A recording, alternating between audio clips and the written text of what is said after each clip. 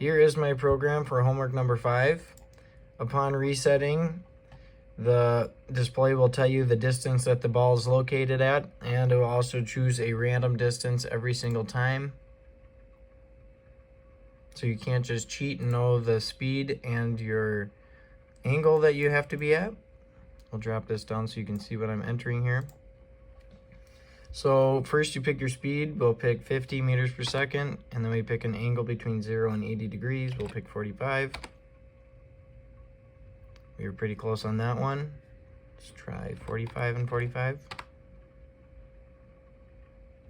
Okay, let's try 48 and 45. And you can see there I did hit it after 3 shots.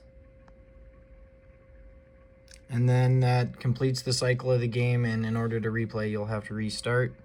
But when you win, it says, hey, you did it, and it tells you your score of how many shots it took. And so then once again, you can reset it, and you can start playing again. 45, 45. 60, 45. It also tells you your speed, your angle, and your current shot count. And when the ball lands, it'll tell you your distance away if you did not hit. And in order for it to count as a hit, you need to be within 1 meter.